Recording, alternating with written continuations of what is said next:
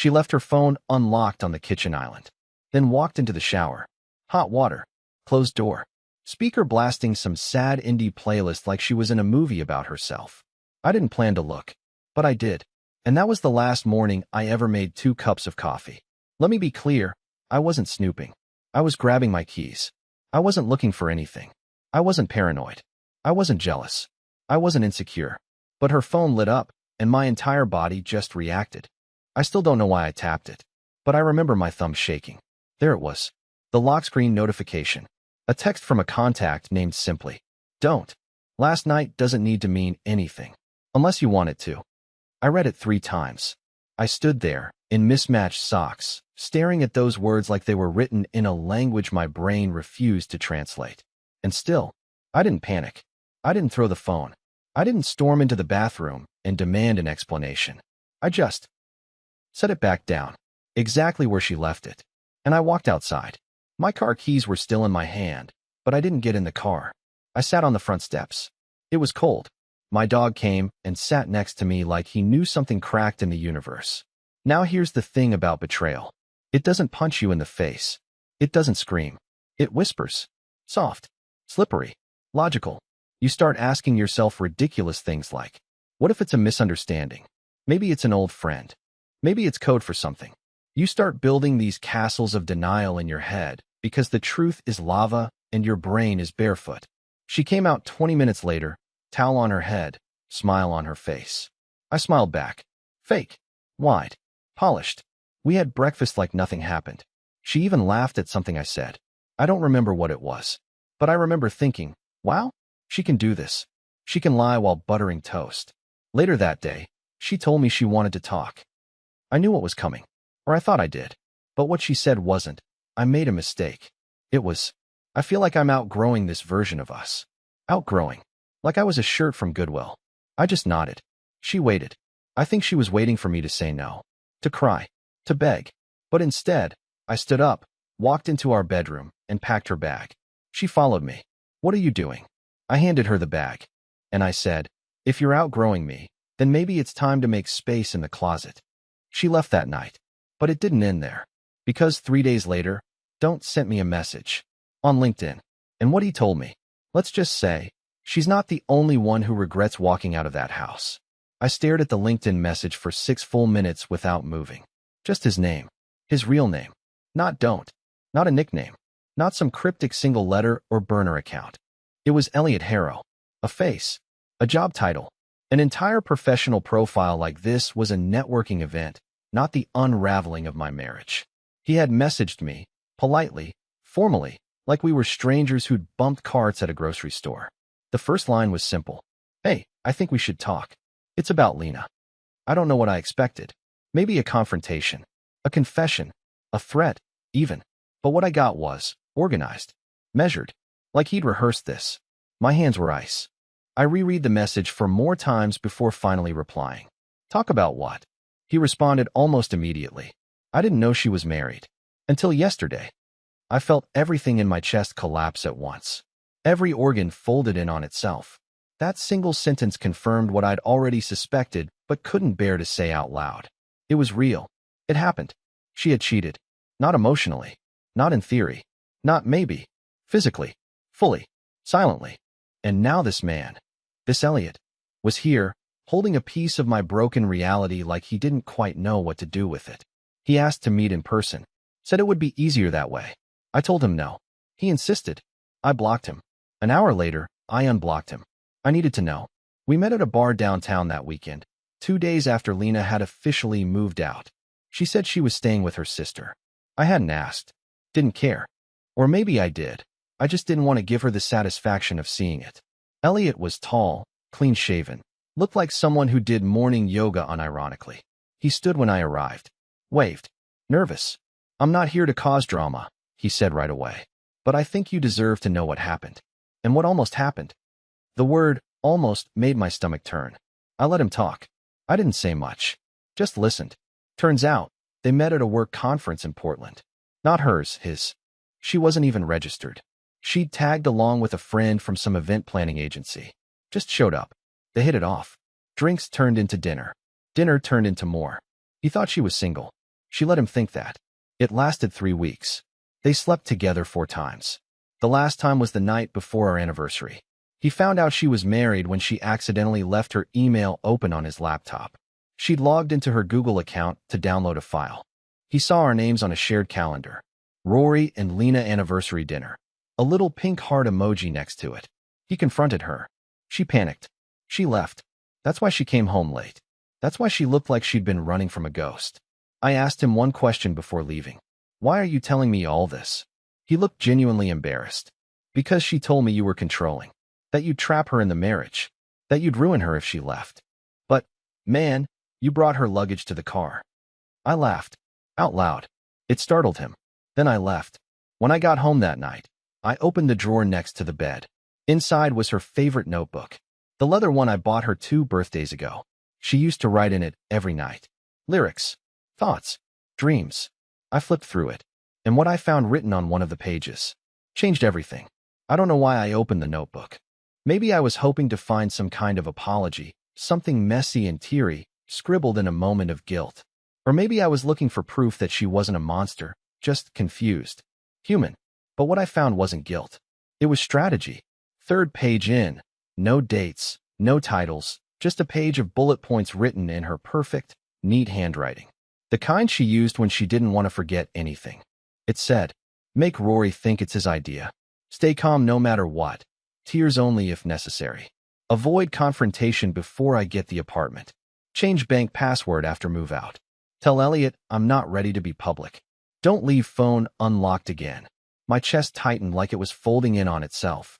I read the list 5 times, hoping, begging, for it to be a joke, a character sketch, a writing prompt she forgot to tear out. But there was no escaping it. The bullet points were real, intentional, and they were about me. Us. That list wasn't from someone who made a mistake. That list was from someone who had been planning a controlled exit, like evacuating a burning building, except she was the one who lit the match. I sat on the edge of the bed for what felt like an hour, notebook in my hands, not crying, not moving, just staring at the floor like it would offer answers. My dog came and rested his head on my knee again, and I remember whispering to him. She played me, buddy. She played us both. The part that really snapped something inside me was the line, make Rory think it's his idea. She wanted me to feel like the decision to separate was mine. She wanted a clean break, no guilt, no flames. She wanted me quiet. She thought if I didn't feel betrayed, I wouldn't fight back. But now I felt nothing but heat. It took me 2 more hours to calm down. I didn't trust myself to message her that night. I didn't trust myself to call. But I did something I hadn't done in years. I opened my laptop, created a new email account under a fake name, and I started documenting everything. Why? Because something in that list, specifically the line about changing the bank password, told me she wasn't just walking away from our relationship. She was walking away with a plan. And I was not going to be left bleeding while she sailed off into the sunset like some misunderstood heroine. The next morning, I called the bank. I checked our shared savings account. It was empty. Gone. $12,400. Withdrawn in full. I didn't even feel surprised. That was the worst part. I just nodded and said, okay, like the guy on the other end of the phone was telling me the weather. Later that day, I texted Lena. Just one sentence. Let me know when you're free to talk. I found the notebook. She replied 6 hours later. I don't know what you think you found, but please don't make this uglier than it needs to be. Ugly. She drained our savings. Cheated. Lied. Manipulated. And I'm the one making it ugly? I stared at that message, feeling something inside me split into 2. There was the old me, the version who tried to fix everything, make sense of the chaos, play mediator in my own slow-motion tragedy. Then there was the new me, someone I hadn't met before, someone who wasn't interested in forgiveness. And that version of me was ready to burn the whole script. The next morning, I got a call. Unknown number. I almost didn't answer. But I did. And it wasn't Lena. It was her boss. And what he told me made it clear. Lena's story wasn't just about betrayal. It was about fraud. When I answered the call, I expected a scammer. Or maybe Elliot again. What I didn't expect was a calm, clipped voice asking, "Is this Rory Fletcher?" And then pausing in that corporate way that always precedes very bad news. I said yes, cautious. "This is Martin Escher. I'm the managing director at Lincross Group, Lena's employer." Just hearing her name attached to that job, to that polished title she liked to brag about at dinner parties, made my jaw clench. I hadn't heard it spoken aloud in days, and hearing it from him, someone on the outside, made it sound like she belonged to a world I was never really part of. I'm sorry to call you like this, but I wasn't sure who else to reach out to. Lena listed you as her emergency contact. That phrase hit strange. Emergency contact. I almost laughed. My wife had emotionally gutted me and cleaned out our savings. But sure, I'd be her emergency backup plan. Makes sense. He went on. There's been an incident. I'm not accusing anyone of anything yet, but we noticed a few discrepancies in some account work Lena was overseeing. Now he had my attention. What kind of discrepancies? I asked. He hesitated, clearly choosing his words like he was talking to a lawyer. We had an internal audit. There are some travel reimbursements and vendor contracts that don't fully line up. Some amounts were redirected to a private account that we believe may not be ours. My pulse jumped. Not because I was shocked. I think I was long past shock, but because part of me had already suspected this. Was it my name? I asked, my voice low. On the account? He paused again. No, it was hers, but the address listed was yours. I sat down. I didn't remember walking to the couch, but suddenly I was sitting there, gripping the edge of the cushion like it was going to launch me into orbit. She told us you'd separated, he continued. And she said if anyone contacted you, to keep it minimal, that you might retaliate or spin things. Of course she did. She'd built the narrative in advance, layering her escape plan with just enough fear and ambiguity to keep people guessing. But it was sloppy. She got careless. She used our home address. She never thought anyone would double-check. He asked if I'd be willing to come in, maybe look over a few documents. He sounded apologetic, but also like a man trying to protect his company from a lawsuit. I said I'd think about it. After the call, I just sat there, notebook still on the coffee table, my phone buzzing twice with messages from friends I hadn't responded to in days. I didn't answer. I didn't move. Because here's the thing. This wasn't about a broken marriage anymore. This was a pattern. Lena didn't just leave me. She used me. Every part of me. My name. My address. My trust. All of it was just currency for her exit.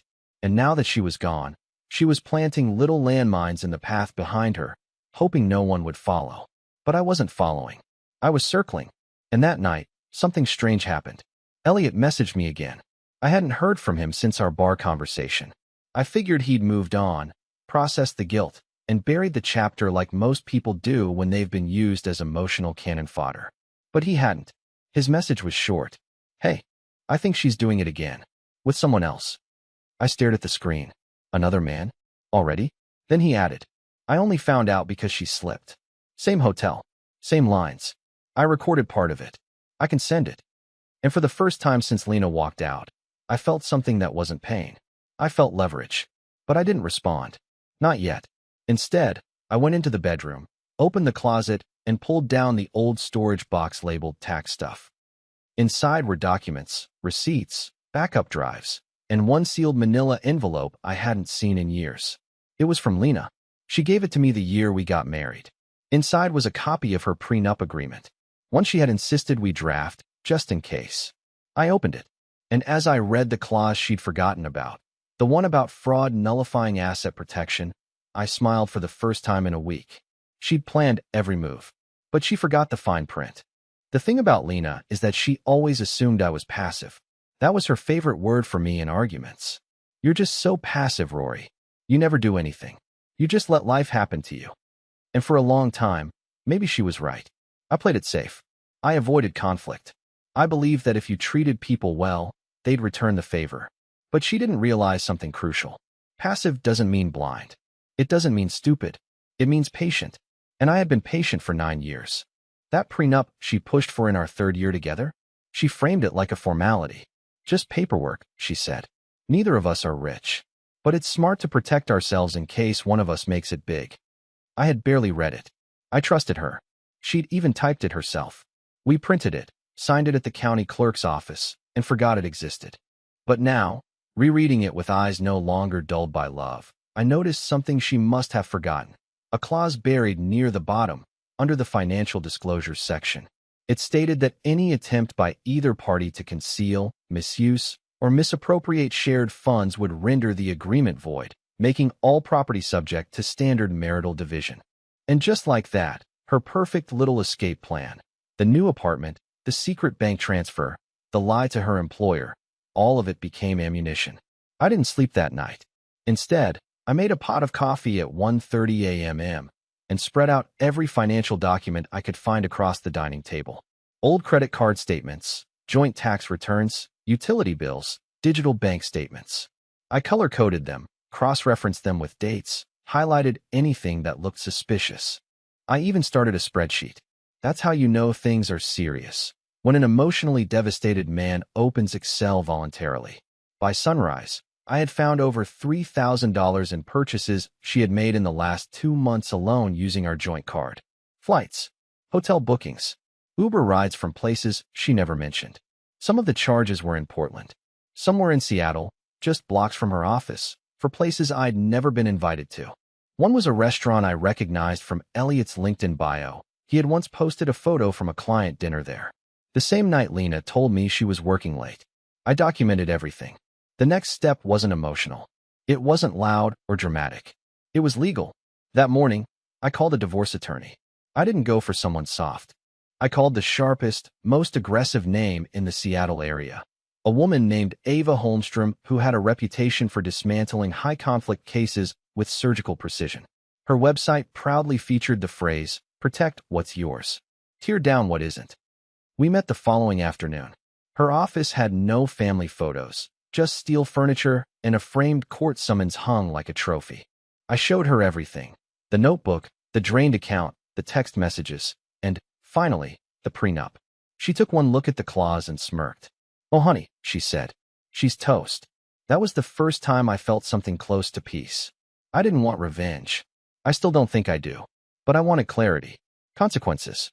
Some sort of balance in a world that felt like it had tilted entirely in Lena's favor for far too long. Ava wasted no time. That same day, she filed a motion to freeze our joint assets and submitted a request for a forensic audit of our marital finances. It wasn't just about what Lena took. It was about where it went. If any of it was tied to personal gain during an active marriage, it was technically community property. And since Lena's name was on every withdrawal, she had to account for every cent. Later that night, Lena called me. First time in days. I didn't answer. She called again. Then again. On the fourth try, I picked up. I stayed silent. Her voice came through sharp, fast, already loaded with heat. "What the hell did you do, Rory?" There it was. Not guilt. Not sadness. Just panic that her perfect exit strategy was unraveling. "You broke the contract," I said. "I'm just letting it respond. You really want to drag this through the courts? After everything we've been through?" I couldn't help but laugh. "You mean after you lied, cheated, drained our savings, used my name for fraud, and tried to gaslight me into thinking it was all just emotional growth?" She went quiet. Then she tried again, softly this time. "Can we just talk? In person? One last time?" I almost said no. But something in me, that old part, the one that used to need closure, said yes. We agreed to meet at a neutral spot. A park we used to walk through on Sundays. It was public, safe, familiar. She wanted control again. But what she didn't know, as she planned whatever speech she was rehearsing, was that I wasn't coming to listen. I was coming to watch her lie. One last time. Because this time, I was recording. She arrived 15 minutes late, just like I knew she would. Lena was always late to conversations she didn't want to have. It was her power play, her way of saying, "You wait for me. I decide when this starts." She wore a long beige coat and sunglasses, like she thought this was some kind of espionage thriller instead of a public park meeting with the man she used to share a mortgage with. She spotted me on the bench, gave a brief, unreadable expression, then walked over like she was walking into a job interview. I had already been sitting there for 20 minutes. I needed to settle the adrenaline. Under my jacket, clipped to my shirt collar, was a tiny digital recorder. I bought it 2 days earlier from a surveillance supply store in Capitol Hill, the kind of place you'd only ever enter if your life was actively falling apart. The guy behind the counter didn't even flinch when I asked which mic picked up quiet conversation best. He just nodded and handed it to me like I'd joined a club of broken men with quiet vengeance in their eyes. When Lena sat down, she crossed her legs, smoothed her coat, and looked out over the pond like she was posing for a magazine spread. I let the silence stretch. I wanted her to go first. "So," she finally said, "this is what we've become." I didn't answer. I just looked at her. She sighed, like I was being immature. "Rory, I didn't want this to get ugly. That's why I tried to do this cleanly, quietly. But you couldn't leave it alone, could you?" I turned toward her slowly. "You drained our savings, lied about work trips, used my name on documents tied to your company's internal fraud investigation, and you don't want things to get ugly?" She waved her hand like she was brushing away smoke. "It's not what you think. It wasn't planned like that." "Oh, right." I nodded.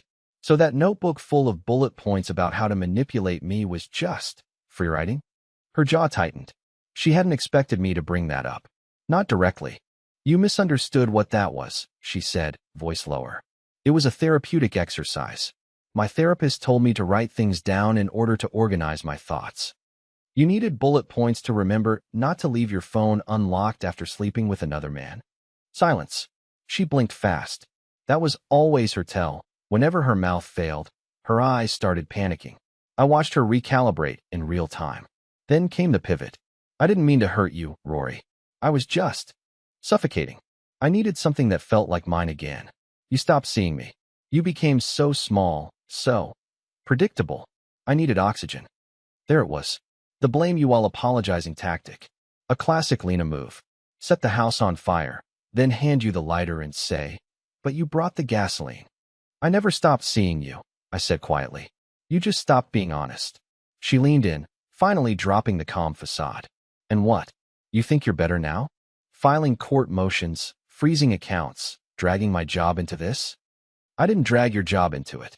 You used our address for a fake account tied to stolen vendor reimbursements. You're the one who dragged everything down with you." She looked away. Her composure cracked for just a second, and I saw something real beneath it. Not guilt, not regret, fear. That's when I knew she hadn't just lost control. She didn't know how to regain it. "You're not going to win this, Rory," she whispered. I leaned back, calm, steady, letting her stew in the silence. "You already lost," I said. "The day you chose to lie to someone who had never once betrayed you." She stood up abruptly. Her hands were shaking. "Be careful," she said. "You're not as innocent as you think." And with that, she turned and walked off, her boots crunching the gravel path behind her. She didn't look back. I sat there for 5 more minutes, then shut off the recorder. I didn't know if it would be useful in court, but I knew what it was: insurance. Proof.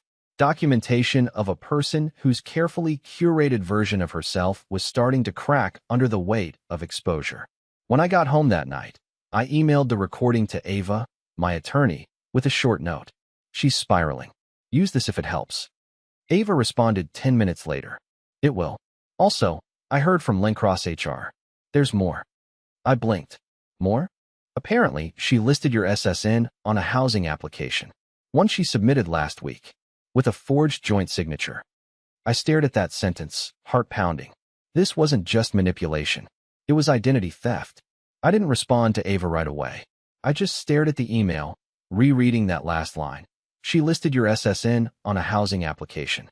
It felt like being kicked in the chest by someone who used to sleep beside you. For days I'd been trying to keep the moral high ground, thinking maybe I was just reacting too strongly. Maybe I was over-dramatizing things. But no, this wasn't a mistake. This was criminal. And the most terrifying part? She had my signature on the documents. I hadn't signed anything in weeks. Not digitally, not physically. But according to Lencross HR, they had a scanned lease agreement for a new apartment under both our names, signed and dated just 4 days ago, long after she'd moved out. I called Ava. She picked up instantly. "We need to escalate," she said before I could speak. "This isn't just fraud. This could put you in legal jeopardy if anything goes wrong with that lease. Missed payments, property damage, even eviction. Your name is on it, and landlords won't care whose signature was forged." I felt a chill run down my arms. What do we do? I've already spoken to a forensic signature expert. We'll subpoena the original lease file. But in the meantime, I need you to file a police report. Those words didn't even feel real. Police report. For my wife. I had never been inside a police station for anything more serious than renewing my parking permit. Now I was walking in with a folder full of emails, documents, audio files, and screenshots of conversations where Lena was slowly, methodically pulling my life apart like threads from a sweater. The officer at the front desk took my statement. His eyebrows rose at certain moments, especially when I explained the fake lease and identity theft, but he didn't interrupt, just nodded slowly, tapping notes into a terminal. "I'm going to be honest," he said finally. "Most people don't show up with this level of documentation. If half of what you're saying is accurate, she's in serious trouble." I signed the report. Case number. Paperwork. More silence. When I got home, I expected to collapse from emotional exhaustion, but I couldn't rest. Something in me was buzzing, alert, wide awake, not with fear, but with clarity. For the first time in weeks, I wasn't reacting to her. I was building something against her. The next day, I got a call from Elliot. I almost didn't answer. I figured his part in this story was finished, but curiosity got the better of me. He didn't even greet me. "She showed up at my place last night," he said. I sat down. She was crying. She said you were destroying her life, that you were manipulating her, that none of this was her fault. She said you forged the notebook, that it wasn't hers, that you planted it. I closed my eyes. Of course she did. She tried to get me to testify, he continued. Said if this went legal, she'd need someone to vouch for her. Did you agree? He hesitated. I didn't say anything, but I recorded her. I thought you should have it.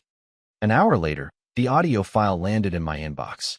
I played it with headphones on, hands shaking, not from fear this time, but from anger that still hadn't run dry.